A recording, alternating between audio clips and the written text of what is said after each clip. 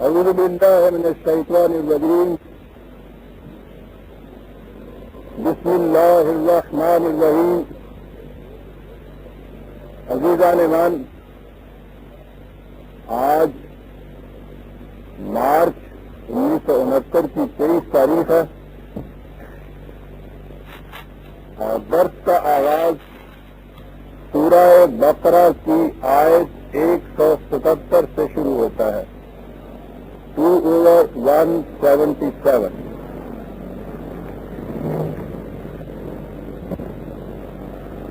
سابقہ آیات میں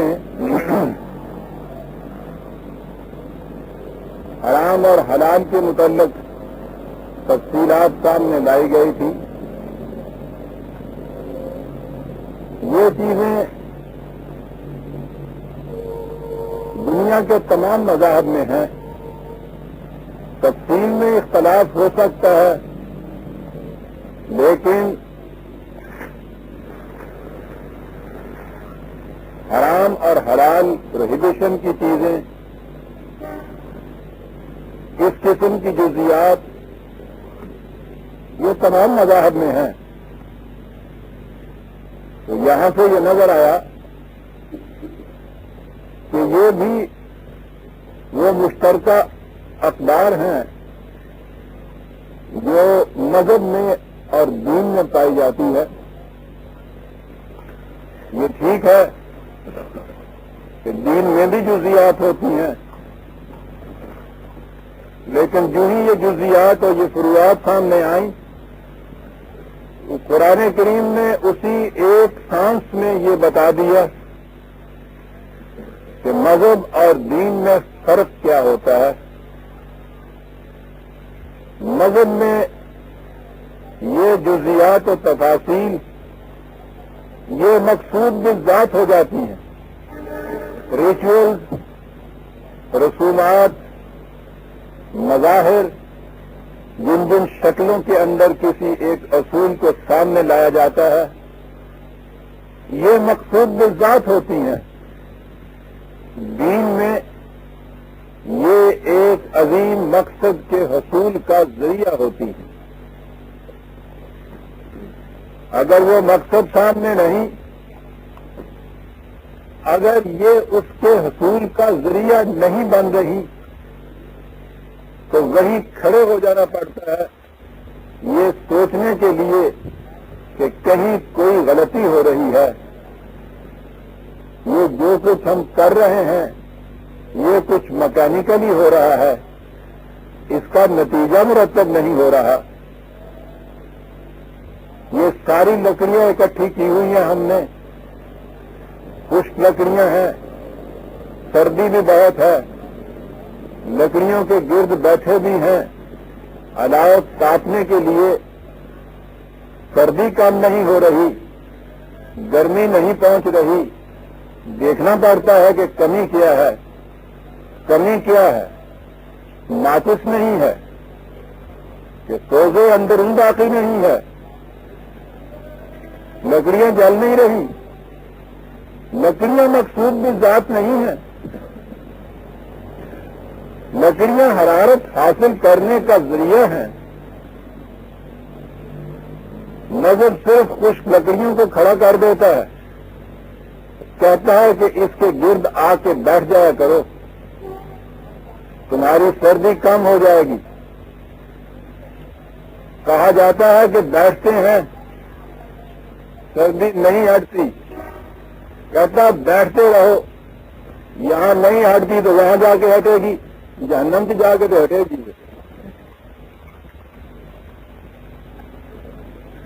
دین وہیں کھڑا کر دیتا کہ اگر سردی کم نہیں ہو رہی ہے تو کہیں کوئی غلطی ہو رہی ہے. سوچو کہاں غلطی ہو رہی ہے.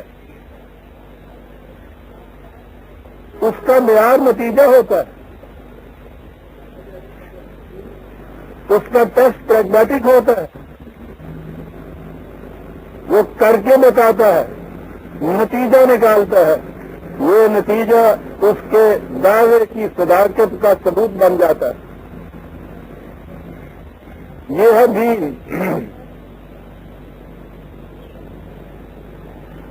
جو ہی قرآن میں پیچھے سے یہ جزیات فروعات یا وہ چیزیں کہ جو مذاہب کے اندر مشترک ہوتی ہیں، جسے میں نے کہا کہ حلال و حرام کی چیز، وہ تو کہیں بھی آپ کسی مذہب میں دیکھیے تو ضرور آپ یہ کہیں گے کہ یہ نہیں ہم کھا سکتے۔ یہ چیزیں دینے کے بعد فوراً وہ کہتا ہے، اور یہ عظیم آیت ہے قرآن کریم کی جو دین کو مذہب سے الگ کر کے بتاتی ہے۔ جیسا کہ میں کہا کرتا ہوں، مذہب کے سٹیج پہ یہ کھڑا ہوتا ہے دین اور مذہب کے خلاف چیلنج دیتا ہے، اور وہ کہتا یہ ہے کہ لیسن البر ان تولوا وجوہکم قبل المشرق والمغرب، کبھی اسی کو نہ نیکی سمجھ لینا، یہی کشاد کی راہ نہ اپنے ذہن میں تم نے سمجھ لینا کہ مشرق کی طرف منہ کر لیا یا مغرب کی طرف منہ کر لیا۔ آپ دیکھتے ہیں کہ کتنا بڑا چیلنج ہے یہ۔ یوں نظر آتا ہے کہ جیسے کوئی ایک ایتھیسٹ کہہ رہا ہے، ایک بحریہ یہ کہہ رہا ہے کہ کیا تم نے یہ رکھا ہے، یہ کیا آپ نمازیں پڑھتے رہتے ہو کہ ساتھ یوں طرف قبلہ شریف کی اور یوں کھڑے ہو، یہ یعنی بظاہر یوں نظر آ رہا ہے۔ کتنی بڑی چیز ہے یہ، کتنا بڑا اعلان ہے مذہب کی سٹیج پہ جو کھڑا ہو کے کہہ رہا ہے سامنے مذہب سے کہ لیسن البر ان تولوا وجوہکم قبل المشرق والمغرب۔ مذہب میں سارا زور اس کو دیا جاتا ہے، رخ کس سمت کو ہے۔ یہ جزیات جو ہیں یہ اپنے اپنے جو ارکان جنہیں ہم کہتے ہیں وہ صحیح اندازے کے مطابق طے ہو رہے ہیں یا نہیں، ہاتھ کہاں بندھا ہے، کہاں تک اٹھ رہا ہے، پاؤں کے درمیان فاصلہ کتنا ہے، رکوع میں زاویہ کیا بنتا ہے، سجدے میں وہ پانچوں چیزیں زمین پہ ٹکتی ہیں یا نہیں۔ پھر اس سے ذرا اور آگے بڑھ جائیے، الفاظ صحیح مخرج سے نکل رہے ہیں یا نہیں۔ یہ ساری چیزیں ایک لفظ کے معنی نہیں سمجھے جاتے، مخرج سے صحیح نکلنے چاہیے سر۔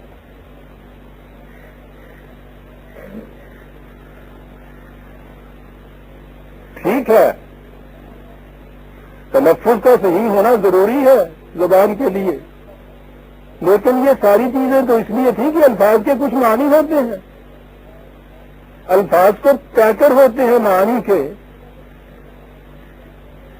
اگر اس کے اندر یہی چیز نہیں ہے، صدف ہے بغیر گوہر کے، بادام ہے بغیر گری دے،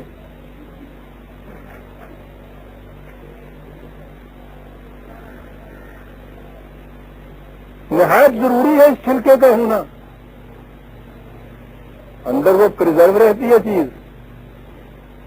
لیکن نہایت محکم مستحکم چھلکا، گری ہے نہیں اندر۔ یوں ہی یہ چیز سامنے آئی حلال و حرام کی، میں کہتا ہوں یہ کہتے ہیں سر قرآن کی ترتیب محرم نہیں ہے، تو ہی نواح ہے راز کا۔ ترتیب تو ایسی سمجھ میں آتی ہے کہ اس ترتیب سے وجد میں آتا ہے سر، کتاب لکھی ہے اس خدا نے، منتشر اشعار نہیں لکھے، غزل نہیں ہے کہ جس کا ایک شعر تو وصال کی لذتیں دیتا ہے، دوسرا فراق کے نوحے گا رہا ہے، یہاں سے وہاں تک ایک تسلسل اس کے اندر ہے۔ اور یہاں دیکھیے کہ نگاہ ادھر جاتی تھی کہ یہ وہی چیزیں ہیں جو مذاہب میں پائی جاتی ہیں، یہ نہ کھاؤ، یہ کھاؤ، یہ اس طرح سے کھاؤ، یہ کچھ یہاں تک ہم پہنچنے کے فوری بعد اگلی چیز آتی ہے لیسن البر ان تولوا وجوہکم قبل المشرق والمغرب۔ کہیں اس فریب میں مبتلا نہ ہو جانا کہ مقصود بالذات یہ جزیات ہیں، یہ رسوم ہیں، یہ ارکان ہیں۔ مقصود بالذات وہ اصل مدعا، مقصد، منزل، نتیجہ ہے جس تک پہنچانے کا یہ ذریعہ ہے۔ ٹکٹ نہایت ضروری ہے سفر کرنے والے کے لیے، ٹکٹ خرید کے گھر میں بیٹھ جائے، جیب میں اسے ڈال رہے، مکے نہیں پہنچ سکتے۔ یہ فرق کر دکھا دینا ذرائع اور مقصود میں، یہ ہے قرآن کا اعجاز۔ لیسن البر ان تولوا وجوہکم قبل المشرق والمغرب، کشاد کی راہ یہ نہیں ہے۔ پھر بر کا لفظ جیسا میں نے کہا ہے آپ سے، دیکھیے کہ ہمارے ہاں تو ایک ہی لفظ ہے نیکی جسے ہم کہتے ہیں، اور پھر وہ نیکی کا مفہوم آپ کو معلوم ہے پہلی نیکی تو وہ ہے جو ماں بچے کو جس سے ڈرایا کرتی، آئی نیکی، او آیا پاگ، ذرا اونچے اٹھتے ہیں تو یہ اللہ کی نیکی ہے کوئی، اور نیکی دیکھ دو کتنے کتنے تر جاتی ہے، اور آگے بڑھ جائیے تو صحیح معنی میں جسے آپ کہتے ہیں بڑا نیک آدمی، اور یہ آپ کو معلوم ہے پھر اس سے تصور کیسا سامنے آتا ہے۔ نیکی تو عربی کا لفظ بھی نہیں، بر ہے، وسطیں، کشاد، اور زندگی کی وسط ہی تو اصل شے ہے۔ دوسرا لفظ جس کے لیے آپ کے لیے خیر آتا ہے، جیسا میں نے کہا ہے خیر تو وہی ہے جس کا جو مادہ ہے اختیار کا، انسانی اختیارات کی وسط ہے، یہاں بر کہا ہے اس کو۔ زندگی کی کشاد کی راہ یہ نہیں ہے کہ تم ان رسومات کے الجھاؤ میں الجھ جاؤ، اگر صرف انہی میں الجھے رہو زندگی تو سمٹ جاتی ہے عزیزان ایمان ان کے اندر۔ آپ دیکھیں گے جتنے لوگ انہی چیزوں کو مقصود بذات سمجھے ہوئے ہیں، آپ دیکھتے ہیں وہ کتنے تنگ نظر ہوتے ہیں، گھٹن ہوتی ہے ان کے اندر، ضیق ہوتی ہے ان کے اندر، کشاد نہیں ہوتی ظرف کے اندر۔ ذرا آپ کے پاؤں میں ذرا فاصلہ کم ہو اور اس کے بعد دیکھیے کہ اس مسجد سے کس قسم کی پھر آپ کے خلاف وہ آوازیں اٹھتی ہیں، کفر تک جا کے منتج ہوتی ہیں۔ کئی نماز پڑھنے والے میرے ذہن میں ہے کہ انہوں نے مسجد میں جانا چھوڑ دیا، ایک عزیز ترین دوست کے سامنے تھے، مسجد میں وہ کھڑے نماز پڑھنے کے لیے گئے، نماز میں کھڑے ہو گئے، جو ساتھ کھڑا تھا اس نے نیت توڑی، جھٹ سے نیچے بیٹھا، وہ پتلون ٹخنے سے ذرا نیچے تھی، وہ جلدی سے اس کو یوں لپیٹ کے اس پتلون کی بنائی نیکر، اور اس کے بعد پھر اللہ اکبر کے کھڑا ہو گیا۔ اپنے ذہن میں سمجھتا ہوگا پتہ نہیں کتنا تیر مارے جناب۔ تیر وہ تھا کہ اس کے بعد وہ ہمارے دوست مسجد میں نہیں گئے، وہ بر کہتا ہے۔ آپ دیکھیے کہ تنگ نظری کتنی پیدا ہوتی ہے جب آپ ان چیزوں کو الجھ کے انہی کو مقصود بذات بنا لیتے ہیں۔ ساری لڑائیاں آپ کی اس پہ ہو رہی ہیں کہ ہاتھ کہاں باندھنا چاہیے، کہاں چھوڑنا چاہیے، صرف پھٹوزل ہو رہے ہیں، مسجدوں پہ تالے پڑ رہے ہیں، پولیس میں رپورٹیں ہو رہی ہیں، کس بات کے اوپر؟ صاحب اس مسجد میں یہ آ گیا جس نے اللہ اکبر کے بعد کانوں تک رکوع میں جانے سے پہلے کانوں تک ہاتھ نہیں اٹھائے صاحب۔ نفرت، انتقام، تنگ نظری، خیرہ چشمی، یہ ساری چیزیں پیدا ہو جاتی ہیں۔ اس سے آپ نے دیکھا قرآن نے بر کا لفظ یہاں کیوں استعمال کیا ہے؟ زندگی کی وسعتیں، نگاہ میں کشادگیاں، وہ مذہب کی جزیات کی تنگ ناؤ میں گھر کے یہ چیزیں پیدا نہیں ہو سکتی۔ آزادی میں بہر بے قرار ہے زندگی، تو زندگی کی وسعت چاہتے ہو تو پھر یہ نہ سمجھ لو کہ یہ چیزیں مقصود بذات ہیں۔ جیسا میں کہا کرتا ہوں، یہ بھی نہ سمجھ لیجئے کہ ان کی اہمیت نہیں ہے۔ تو جو میں ایک مثال دیا کرتا ہوں کہ فوج کے اندر سپاہی کے لیے تو یہ بھی دیکھا جاتا ہے کہ اس کے بوٹ کے تسمے صحیح طریقے کے اوپر بندھے ہوئے ہیں یا نہیں، اس کی پیٹی ٹھیک جگہ لگی ہوئی ہے یا نہیں۔ ڈسپلن کا یہ قاعدہ ہے، لیکن ڈسپلن تو ایک نظم کے اندر ہے۔ اس نظم سے باہر ہونے کے بعد جب وہ سپاہی فوج کا سپاہی نہیں، گاؤں میں چلا گیا، ریٹائر ہونے کے بعد وردی بھی گھر میں لے جائے، نہایت ٹھیک طریقے کے اوپر اسی طرح سے وہ بوٹ کے تسمے باندھے، پیٹی بھی وہاں رکھے اپنے، وہ اسی طرح سے استری کی ہو، وہ پیٹی بھی ہو، وہ وردی بھی ہو، بندوق وہاں نہیں ہے تو چلو ڈنڈا ہی صحیح وہی ہاتھ میں لے لیا، اور اس کے بعد صبح اٹھ کے صبح گاؤں کی گلی کے اندر لیفٹ رائٹ کرتا ہوا وہ چلا آئے، اور یہ سمجھے کہ وہ جتنا کام فوج کے اندر کرتا تھا وہ سارا پورا ہو گیا ہے، اب دشمن ادھر کا رخ نہیں کر سکتا۔ لازل بران تکون وجہ قبل المشرق والمغرب۔ اہمیت تو اتنی ابھی وہ چیز آئے گی کہ جہاں کہیں تم ہو اپنا رخ کعبے کی طرف کرو، یہ بھی ایک طرف حکم ہے۔ یعنی مانا عجیب کتاب ہے یہ کہ کہیں اس نظم و ضبط و ڈسپلن کی اہمیت کم نہ ہو جائے، ابھی وہ حکم آتا ہے کہیں اسی کو مقصود کی ذات نہ سمجھ لو. اس کے ساتھ یہ بھی بتا دیا کہ یاد رکھو اتنی سی بات جو ہے یہی بر و تقویٰ کی یہی کشاد یہی وسط کی راہ نہیں ہے کہ یہ کچھ کرو. اب آگے بات آئی کہ وہ ہے پھر کیا. ٹھیک ہے, حلال و حرام کی تمیز بھی نہایت ضروری ہے.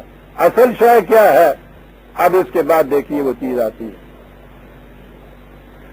پہلی چیز تو اس کے اندر آتی ہے جسے آپ آئیڈیالوجی کہتے ہیں. قرآن اسے ایمان کہہ کر پکارتا ہے. وَلَٰكِنَّ الْبِرَّ یہ پوری آیت میں یہ ایک پروگرام دیا گیا ہے. پہلے اس کا حصہ دیکھیے, وہ کہ جسے مکان کی بنیاد کہتے ہیں. قرآن کی روح سے اعمال کی عمارت کی بنیاد ایمان ہے. ہم ایمان کی بات بھی آج نہیں سمجھ سکتے.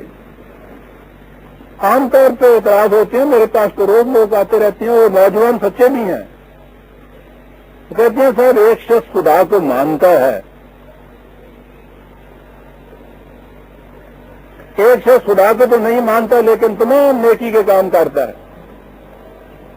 خیرات دیتا ہے, لوگوں کی بھلائی کے کام کرتا ہے. وہ دیکھیے گنگا رام نے ہسپتال بنا دیا, فلاں نے یہ کر دیا. تو یہ بتائیے کہ یہ نیکی ہے یا نہیں؟ اچھا جی, نیکی ہے تو بتائیے کہ وہ ایمان کہاں آیا پھر اس کے درمیان, وہ ہو یا نہ ہو. ٹھیک ہے, ایمان اگر یہی چیز ہے کہ ایک نے زبان سے کہہ دیا کہ خدا ہے, دوسرے نے کہہ دیا خدا نہیں ہے, اس سے تو کچھ فرق نہیں پڑتا. ان آیات میں آؤں گا تو آپ دیکھیں گے قرآن نے خود کہا ہے کہ ان لوگوں سے پوچھیے زمین و آسمان کو کس نے بنایا, کہیں گے خدا نے بنایا. پوچھیے کہ یہ باہر جتنی یہ قوتیں چل رہی ہیں فطروں کی قوانین کی, یہ کس کی روح سے ہے, وہ کہیں گے خدا کی ہے. یعنی وہ یہاں تک خدا کا اقرار کرتے چلے جاتے ہیں. اور اس کے بعد خدا انہی آیت میں قرآن کہتا ہے کہ ان سے پوچھو کہ پھر خدا پہ ایمان کیوں نہیں لاتے ہو. یعنی وہ جو ہم نے ترجمہ کر لیا نا کہ کہہ دینا کہ خدا ہے, یہ نہیں ہے. ایمان کچھ اس سے آگے چیز ہے, اور وہ ہے اصل بنیاد. واقعی اس کے بغیر اوپر اٹھی ہوئی عمارت سے ہی چلتی نہیں ہے, اعمال ہمارے سادے نہیں ہوتے ہیں. یہ کیا چیز ہے؟ کوئی سائنٹسٹ اپنی لیبارٹری میں کسی فارمولے پہ عمل نہیں کر سکتا, کوئی نتیجہ نہیں مرتب کر سکتا جب تک وہ سائنس کے بیسک اٹل اصولوں کی صداقت پر ایمان نہ رکھے. یہ ہے ایمان کے معنی.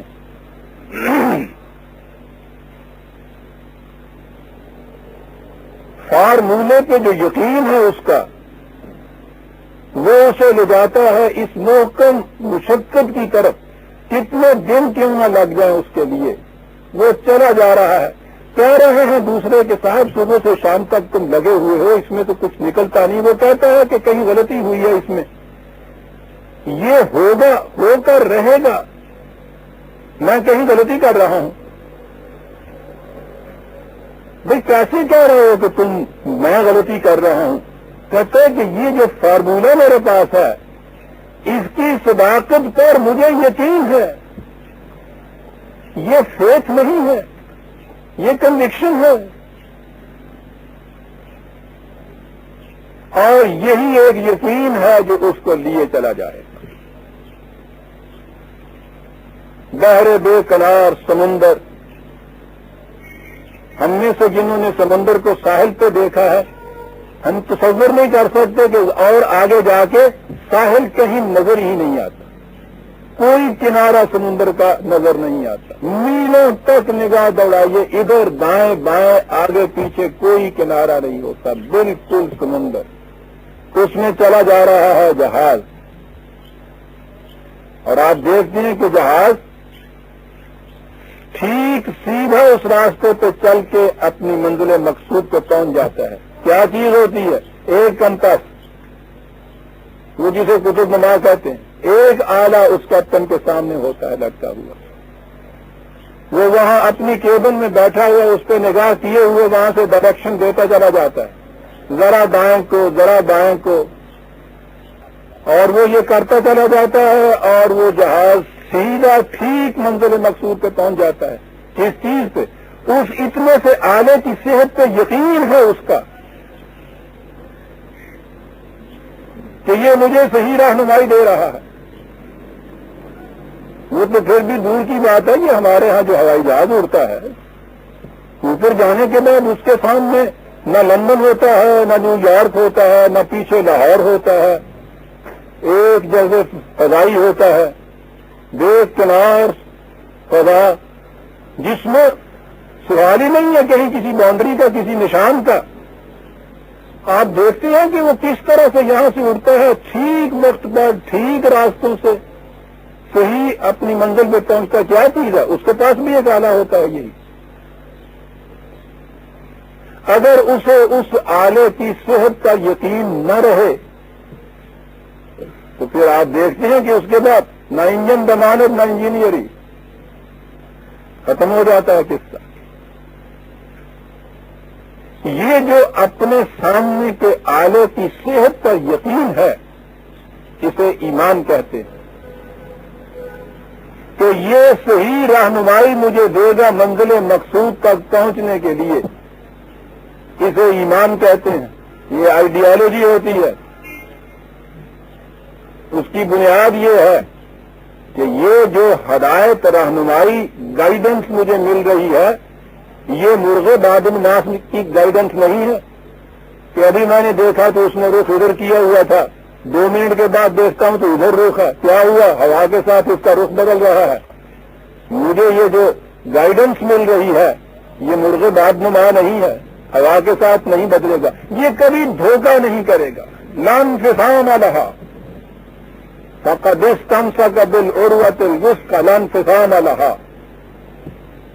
ایمان وہ محکم رسی ہے کہ جس نے اسے تھام لیا یہ کبھی دھوکہ نہیں دے گی، کبھی ٹوٹے گی نہیں۔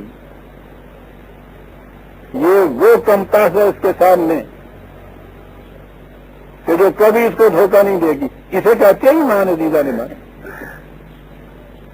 جسے آپ فطرت کے قوانین پر ایمان کہتے ہیں، جو بنیاد ہے تمام سائنٹیفک ڈسکوریز کی آپ کے ہاں۔ وہ کیا ہے کہ یہ قوانین جو ہیں اٹل ہیں، غیر متبدل ہیں، کبھی دھوکہ نہیں دیں گے۔ یہ ایمان ہے آپ کا اس بات کے اوپر کہ صبح سوئی گیس کو جب میں نے ماچس دکھائی اوپر میں نے اس کو دیکھتی رکھی، 5 منٹ کے اندر پانی کھولے گا۔ اس اطمینان سے آپ اس پہ وہ دیکھتی رکھ کے اپنے کام میں مصروف ہو جاتے ہیں، ٹھیک 5 منٹ کے بعد دیکھتے ہیں پانی کھول رہا ہوتا ہے۔ اسے ایمان کہتے ہیں۔ قانون کے اٹل غیر متبدل یقینی ہونے کی کنوکشن جو ہے وہ ایمان ہوتی ہے۔ اس کے بغیر کسی عمل کے لیے آپ کا قدم اٹھ ہی نہیں سکتا، اور اگر آپ اٹھائیں گے تو اولائے کا حدت تو معلوم ہوں، کرتے جائیے یہ سارا کچھ، انگیٹھی بھی ہو آپ کے یہاں، دوچی بھی رکھ دیجیے، پانی بھی ڈال دیجیے، یہ سارا کچھ ہو، سوئی گیس نہیں ہے اس کے اندر، لکڑیاں بھی رکھ دی ہیں، ماچس نہیں ہے آپ کے یہاں۔ یہ ہے، اسے اعمال کہتے ہیں۔ اب آپ نے دیکھا کہ اس کی اہمیت کتنی ہے اعمال کی۔ اس کنوکشن کے بغیر تو آپ ایک قدم آگے نہیں اٹھا سکتے۔ راستے بھولے ہوئے مسافر سے پوچھیے کہ شام کو پکان کے سوا اس کے حصے میں آتا کیا ہے؟ ہو سکتا ہے کہ وہ صبح کی نسبت شام کو منزل سے دگنا دور ہو۔ یہ ہے ایمان عزیزان ایمان، خدا کی رہنمائی پر یہ کنوکشن کہ یہ مجھے صحیح منزل تک پہنچا دے گی۔ جو پروگرام اس نے دیا ہے اس کے مطابق اگر میں کرتا جاؤں گا تو یہ نتیجہ مرتب ہو کر رہے گا، اٹل ہے، لا انفصام لہا، یہ دھوکہ نہیں دے سکتی۔ یہ کنوکشن ایمان کہلاتی ہے۔ ایمان کیا ہے؟ سب سے بنیادی چیز جسے ہم اللہ کہتے ہیں، اللہ کے قوانین کے اٹل ہونے پر ایمان۔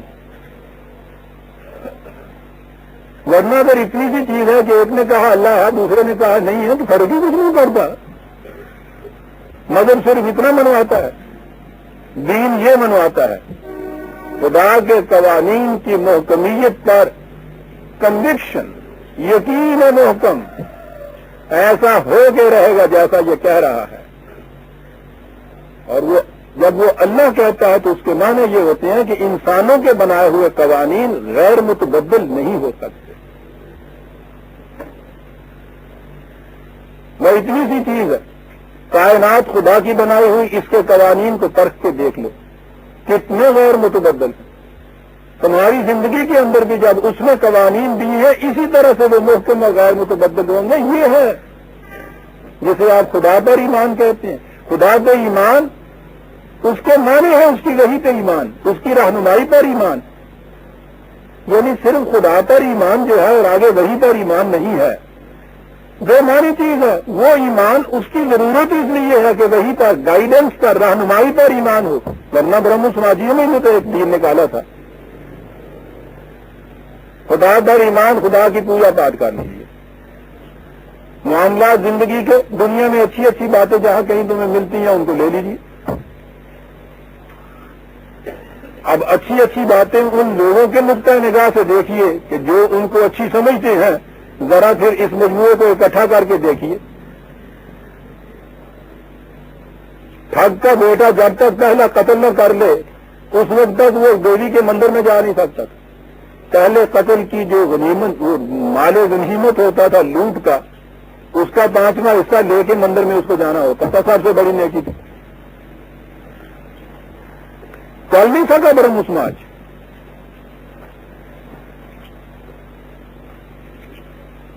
اٹل قوانین اس کے معنی وہی کے معنی ہے وہ ذریعہ جس سے اس کے قوانین ہم تک منتشر ہوتے ہیں.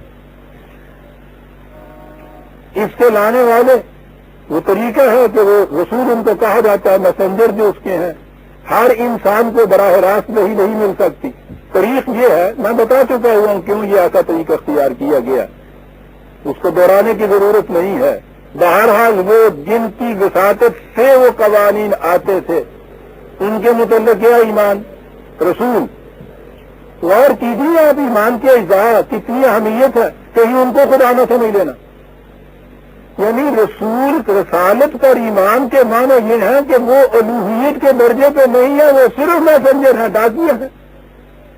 خدا کا پیغام ہم تک پہنچاتے ہیں. دیکھتے ہیں درمیان میں یہ ساری چیز، یہ تو اس الوہیت کو پاک کرنے کے لیے یہ سارے ایمان دوسرے آتے ہیں. مذہب میں یہی وہ اجزاء باقی جو ہے ان کو خدا بنا لیا جاتا ہے. دین میں صاف بات ہوتی چلی جاتی ہے. ایمان اللہ پر، اس کے معنی یہ ہے کہ اس کی وحی یا گائیڈنس کے اوپر ایمان. کہاں ملے گی یہ چیز؟ اس کی کتاب میں. کتاب پر ایمان. یہ جنہوں نے آ کے دی ہے تمہیں تو نہیں معلوم، یہ انہوں نے آ کے دی ہے. یہ کیا کہنے لگے؟ یہ پیغام بر، اس کا پیغام پہنچانے والے. مذہب کی دنیا میں جو ملائکہ تھے انہی کو گاڈیسز بنایا تھا. دیوی اور دیوتا، خواہ وہ یونان کے بڑے بڑے فلاسفر تھے یا ہندوؤں کے ہاں کی جہالت، سب نے ان کو یہ جتنے بھی فطرت جسے وہ تکوینی قوتیں کہتے ہیں فطرت کی، انہیں دیوی دیوتا بنایا ہوا تھا. قرآن ان باطل عقائد کی نفی کرتا چلا جاتا ہے. ملائکہ فطرت کی قوتیں آدمی کے سامنے سے سر بسجود، عالم امر سے متعلق خدا کے پروگرام کو تکمیل تک پہنچانے کے ذرائع بس اس سے زیادہ نہیں ہے. ایمان صرف اسی چیز کے اوپر رہ جاتا ہے جسے آپ وحی یا خدا کی گائیڈنس کہتے ہیں. خدا پر ایمان صرف گائیڈنس کے لیے تو اس نے اٹل قوانین دیے ہوئے ہیں. یہی ہے تعلق انسان کا اور خدا کا. کتاب کے اندر محفوظ کتاب کو لانے والا پیغام پر باقی رہی یہ قوتیں جو اتنی بڑی بڑی محیط نظر آتی ہیں. خدا کے پروگرام کو بروئے کار لانے کے لیے خدا کی پیدا کردہ ہوا قوتیں. اور اگلی چیز، پہلی چیز قانون، اس کے بعد آخرت کے معنی اس کا نتیجہ. قانون کے نتیجے پر یقین، یہ ہے ماحصل سارا اس یقین کا، اس ایمان کا. یہ قانون اس کا یہ نتیجہ نکل کے رہے گا، اسے آخرت کہتے ہیں۔ ہر عمل ایک متعین نتیجہ پیدا کر کے رہے گا، یہ ہے عزیزان من ایمان۔ اب سوچئے کہ اس کے بغیر عمل کی کوئی عمارت بھی استوار ہو سکتی؟ میں کہتا ہوں عمل کے لیے تیار ہی نہیں ہو سکتا انسان۔ اور پھر ایمان اگر غلط چیزوں کے اوپر ہے، کوشش کرتے چلے جائیے، ضائع ہو جائیں گی۔ ایمان صحیح قانون کے اوپر ہے، اتنی کوشش بلکہ اس سے بھی کم کوشش صحیح نتائج پیدا کر دے گی۔ یہ نتائج جو ہیں ان کو آخرت کہتے ہیں، آخر میں آنے والی چیز۔ یہ سارا عمل جو آپ کے ہاں کا ہوتا ہے وہ کہاں جا کے ختم ہوتا ہے؟ منتج کہاں ہوتا ہے؟ نتیجے پر۔ یہ آخری نتیجہ جو ہے اس عمل کا، اس پہ یقین، آخرت پر ایمان۔ اب یہ جو چیز ہے کہ وہ آخر نتیجہ کہاں نکلتا ہے، اس طبعی زندگی میں، اس دنیا کی زندگی میں نکلا تو اس کے بعد آگے چل کے نکلا ہوتا ہو، زندگی مسلسل چلتی ہے۔ آخرت میں یہ چیز بھی آئی۔ آخرت تو آپ نے انجام کار عمل کے نتیجے کا نام لینا ہے، کس وقت وہ نکلتا ہے اس کا سوال ہی نہیں۔ یہ ہے آئیڈیالوجی، یہ ہے ایمان عزیزان من۔ اب سوچئے کہ عملی زندگی میں اس ایمان کی ضرورت پڑتی ہے یا نہیں؟ آپ ضرورت پڑتی کیا ہے؟ میں کہتا ہوں اس کے بغیر آپ ایک قدم نہیں اٹھا سکتے، چل ہی نہیں سکتے۔ اور اگر غلط قانون اور غلط ذریعے پہ ایمان ہو جائے، کمپاس آپ کی غلط ہو، اسے لے کے آپ اڑ جائیں، پھر اس کا نتیجہ سامنے ہے، وہ بھی آخرت۔ صحیح رہنمائی جو ہے اس کا نتیجہ آپ کے سامنے ہے، وہ بھی آخرت۔ غلط کمپاس کے ساتھ اڑنے کا آخری نتیجہ جہنم، صحیح کے ساتھ اڑنے کا آخری نتیجہ جنت۔ آپ دیکھتے ہیں کہ اس کے تو بات صاف واضح ہے، اس میں کسی منطقی آنا منہ شگافیوں کی ضرورت ہی نہیں پڑتی۔ عملی زندگی میں روز ہم یہ دیکھتے ہیں، ایمان کے بغیر آپ چل نہیں سکتے ایک قدم بھی۔ پھر ایمان غلط چیز پہ، ایمان صحیح چیز۔ یہ تو ہے جی وہ آئیڈیالوجی ایمان۔ لیس البر ان تولوا وجوہکم قبل المشرق والمغرب ولکن البر من آمن باللہ والیوم الآخر والملائکۃ والکتاب والنبیین۔ وہی پانچوں اجزاء آ گئے جو میں نے ابھی گنائے تھے، قرآن میں یہی پانچ ہیں۔ ان میں سے کسی ایک کا انکار کفر ہے۔ ان پر اس طرح ایمان جو میں نے عرض کیا، یوں ہی نہیں کہ جی مانتے ہیں، ہم خدا کو بھی مانتے ہیں، رسولوں کو بھی مانتے ہیں، نہ، قرآن کہتا یہ بات نہیں۔ فَإِنْ آمَنُوا مِثْلَ مَا آمَنْتُمْ بِهِ فَقَدِ اهْتَدَوْا۔ اگر یہ خدا کو ماننے والے اس طرح خدا کو مانے جیسا ہم نے اس قرآن میں کہا ہے اور تم جیسا مانتے ہو، پھر سمجھو کہ وہ ایمان والے ہیں۔ ورنہ چند داڑھیوں کو چھوڑ کے ایمان تو ساری دنیا خدا پہ کہہ رہی، سارا مغرب اپنے آپ کو بلیورز ان گاڈ کہتا ہے، اور اسی لیے آپ کو اکٹھا کرتا ہے نا اپنے حریف کے مقابلے میں۔ اس پردے کے اندر آؤ بلیورز ان گاڈ، وہ اچھے بلیورز ان، قرآن مانتا نہیں ہے بلیورز ان گاڈ، ان کو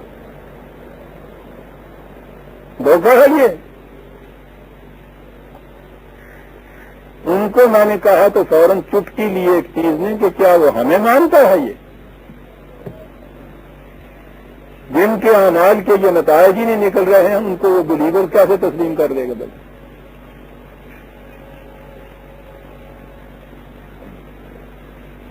یہ ایمان ہے۔ تو یہ تو ہوگی بنیاد،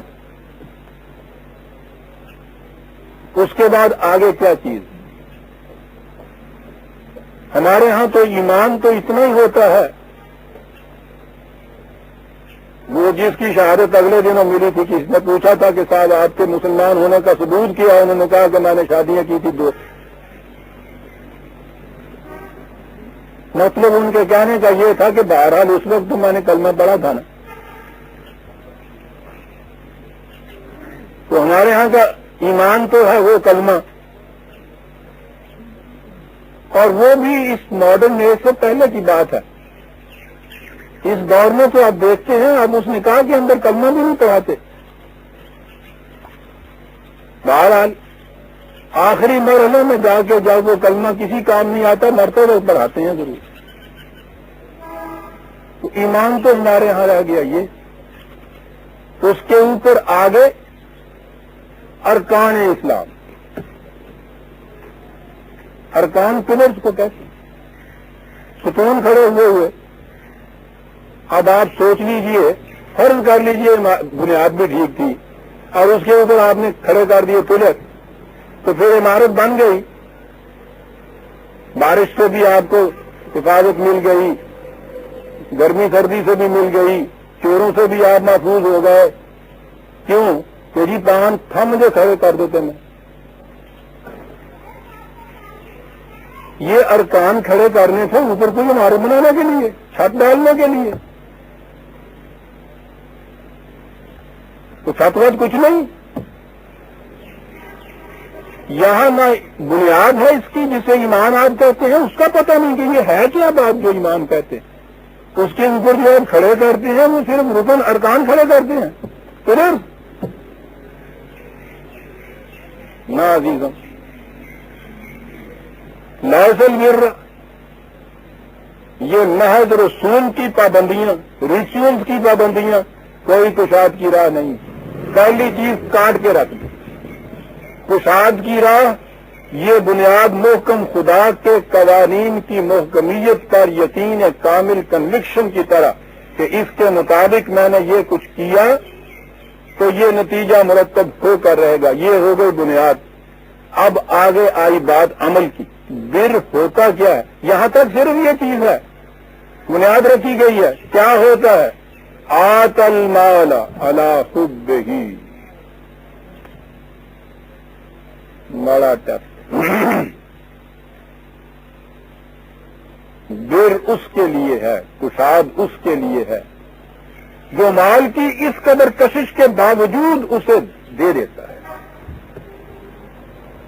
آپ کہیں گے اس کے لیے اتنے بڑے پہلے وہ جو بنیاد بنائی گئی, ایمان بنایا گیا, یہ اس کی ضرورت کیا ہے؟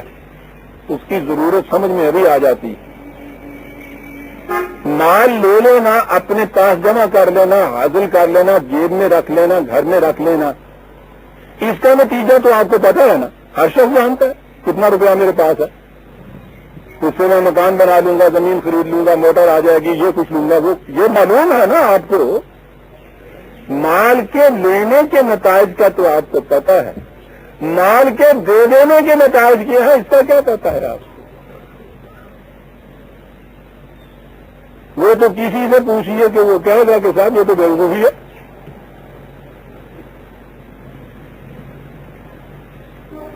مال لے لینے کے بعد کیا حاصل ہوگا اس کے لیے نہ وحی کی ضرورت ہے, نہ کسی رسول کے بتانے کی ضرورت ہے, نہ کتاب پر ایمان کی ضرورت ہے, نہ خدا پر ایمان کی ضرورت ہے. ہر شخص جانتا ہے جس کی مٹھی میں پیسہ آ جاتا ہے کہ اس پیسے سے کیا کرنا ہے. یہاں خدا کی ضرورت نہیں پڑتی, یہاں ایمان کی ضرورت نہیں پڑتی. یہاں آ کے پڑتی ہے کہ جہاں آپ نے جو اپنے پاس ہے دوسرے کو دیا, سارے دنیا کیا کی پاگل ہو گیا. یہاں ضرورت پڑتی ہے اس بات کی کہ دے دینے کے نتائج تو میں بھی جانتا تھا, سب جانتے تھے. لے لینے کے واپس کیے گئے, دے دینے سے کیا نتیجہ مرتب ہوتا ہے یہ صرف خدا کی رہنمائی بتا سکتی ہے. اس نے یہ چیز بتا دی کہ یاد رکھیے وَيُؤْتِ الْمَالَ لِيَتَزَكَّىٰ, مال لے لینے سے تمہارے جسم کی پرورش ہو جاتی ہے. تم بھی جانتے ہو, بچہ بھی جانتا ہے, دیوانہ بھی جانتا ہے اس چیز سے. مال دے دینے سے تمہاری ذات کی نشو و نما ہوتی ہے, اسے تم نہیں سمجھ سکتے تھے جب تک ہم نہ بتاتے تمہیں. پڑ گئی ضرورت وحی کی عزیزان من.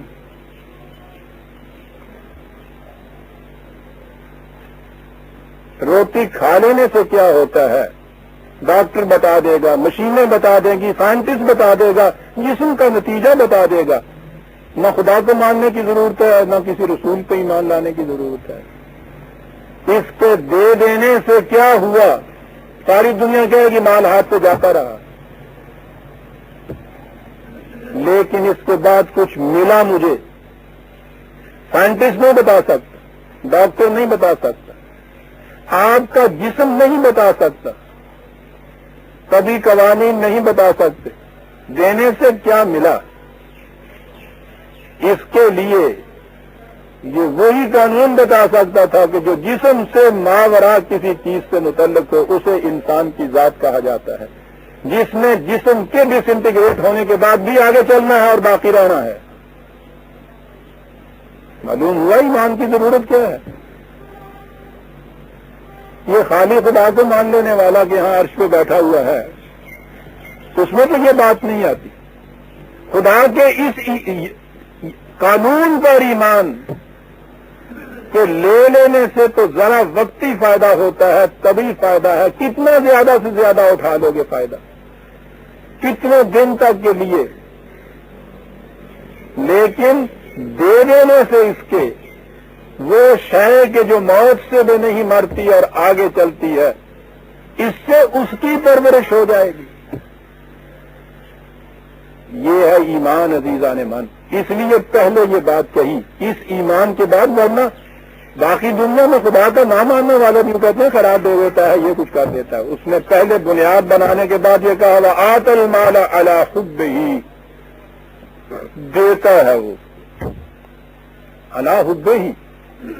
یہ بڑی عجیب چیز کہ اس گائیڈ، اس رہنمائی جو ہے اس کو بیچ میں سے چھوڑ دیجئے۔ دنیا کا ہر قاعدہ قانون، ہر ناصح مشفق یہی بتائے گا مال کی بڑی کشش ہے، اور ہر شخص جانتا ہے۔ صاحب پاگل جو ہے وہ بھی اپنے ہاتھ میں پیسہ لے کے نہیں چھوڑتا، اس کی تو علی حبہ ہی کیا بات کہی ہے کہ یہ جو حب ہے اس کی کشش ہے، اس کے لیے تمہیں کسی آسمانی رہنمائی کی ضرورت نہیں تھی۔ یہ تو تم جانتے ہو، سب جانتے ہیں، بچہ جانتا ہے جس کے ہاتھ میں پیسہ مل جائے کہ پیسہ ملنے سے کیا ہوتا ہے، کافی ملتی ہے، غبارہ ملتا ہے، بچہ جانتا ہے۔ نہ خدا پہ ایمان کی ضرورت تھی، نہ وہی پہ ایمان کی ضرورت، علی حبہ ہی۔ اس کی کشش جو ہے وہ تم خود جانتے ہو، ہر انسان جانتا ہے، اس کی کشش کے علی رغم اس کو دوسرے کو دے دینا جو ہے، یہ کوئی اور قانون کبھی نہیں بتا سکتا کہ اس سے کیا ملتا ہے۔ اس کے لیے خدا کی وحی پر ایمان کی ضرورت ہے، علی حبہ ہی۔ یہی وہ چیز ہے، قرآن سارا آپ دیکھیں گے انفاق انفاق انفاق، تبھی قوانین آپ کے ہاں کے جمع جمع جمع، سمیٹنا، لیتے چلے جانا۔ قرآن نے کہا ہے کہ ان کی روش زندگی جمع مالا وعددا، جمع کرتا ہے اور پھر روز بینک بیلنس دیکھتا ہے کتنا ہو گیا، جمع کا اوہ تھیلی میں ڈالتا ہے اور اوپر کس کے باندھتا ہے اس کو۔ یہ کسی وحی کی ضرورت نہیں اس کے لیے، علی حبہ ہی، ٹھیک ہے۔ اور اس کے برعکس قرآن لفظ استعمال کرتا ہے اس اوہ کے، یہ تو ہے نا، نیچے سے تو وہ تھیلی پہلے ہی وہ کھلی ہوئی ہوتی ہے، بندھی ہوئی ہوتی ہے، جو ڈالے اس میں سے نکلتا نہیں، اوپر سے ایک منہ ہوتا ہے، اس کو منہ کو ڈالنے کے لیے کھولا جاتا ہے، پھر باندھ دیا جاتا ہے، اور اس نے اس کے لیے لفظ انفاق استعمال کیا سارے قرآن میں، جس کا ترجمہ ہم خرچ کرنا کہتے ہیں، یہ خرچ کرنا نہیں ہوتا، نفع کا کہتے ہیں اس قسم کی تھیلی کو، بمنی کو، کہ جس کے دونوں سرے کھلے ہوں، ادھر سے ڈالتے جائیے ادھر سے نکلتا چلا جائے۔ یہ جمع ہونے کی چیز نہیں ہے۔ دولت کے تو لفظی معنی ہے گردش میں رہنے والی چیز، جو ہی اس کی گردش ہوتی دولت نہیں رہتی وہ۔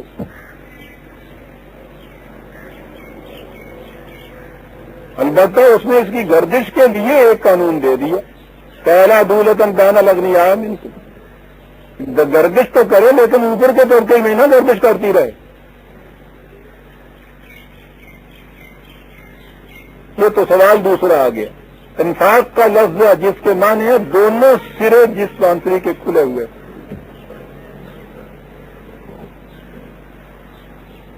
اب یہاں جمع و اوہ نہیں ہے، جمع و عددہ نہیں ہے،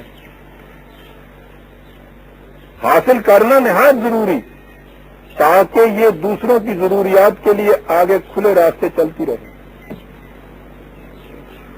آت المال علی حبہ، اسی لیے دوسری جگہ کہا 3/91 لن تنالوا البر حتی تنفقوا مما تحبون. وہی الفاظ، وہی بر ہے یہاں بھی. نہیں پہنچ سکتے تم کشاد کو، زندگی کی وسعتوں کو نہیں حاصل کر سکتے. لن تنالوا البر، تا وقت کہ تم وہ چیز جن کی سب سے زیادہ کشش ہے تمہارے اندر اس مال کی، مما تحبون، یہاں لفظ تنفقوا آیا ہے. اسے ایسے نہ تعلق دے کہ اسے اس طرح نہ حاصل کرو کہ ادھر سے حاصل کرو اور ادھر سے راستہ کھلا رکھو ضرورت کے لیے دوسروں کی چلتا رہے.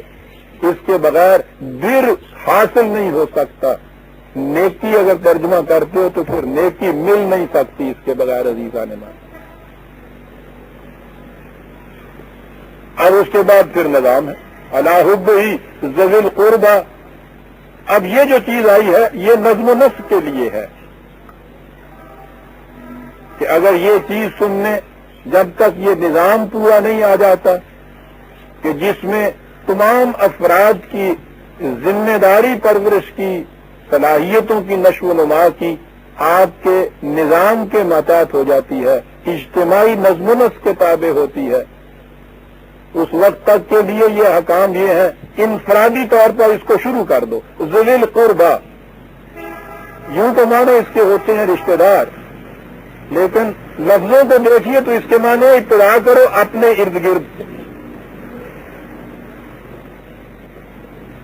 اپنے گھر کی دیوار دائیں اور بائیں کی یوں صبح اٹھ کے گرا دیجئے، ادھر اور ادھر کے 3 گھر ایک گھر بن گیا نا، یہ ہو گئے ذوی القربى کے اندر آ گئے.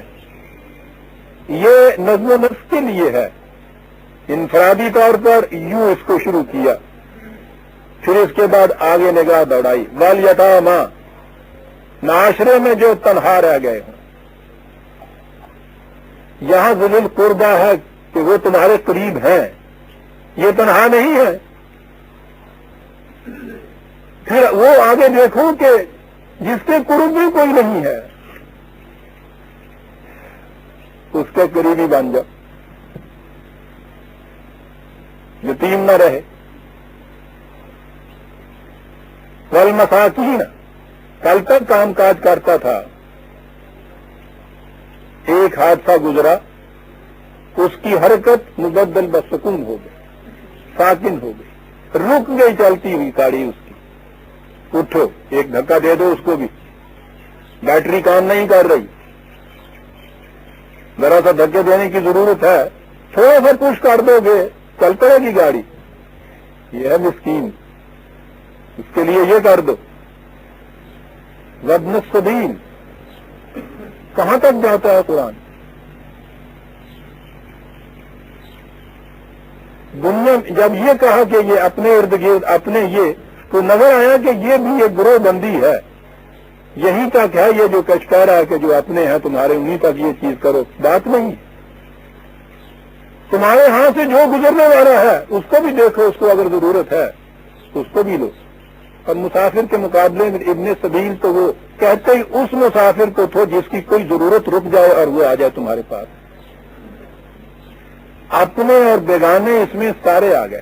یہ بھی قریبی ہو گیا تمہارا جو راستے گزرتے ہوئے تمہارے ہاں سے گزر کے چلا گیا ہے. والسائلین، کام کر رہا ہے، محنت کر رہا ہے، اس محنت کی محصل سے ضرورت پوری نہیں ہوتی، کمی رہ جاتی ہے، اسے سائل کہتے ہیں.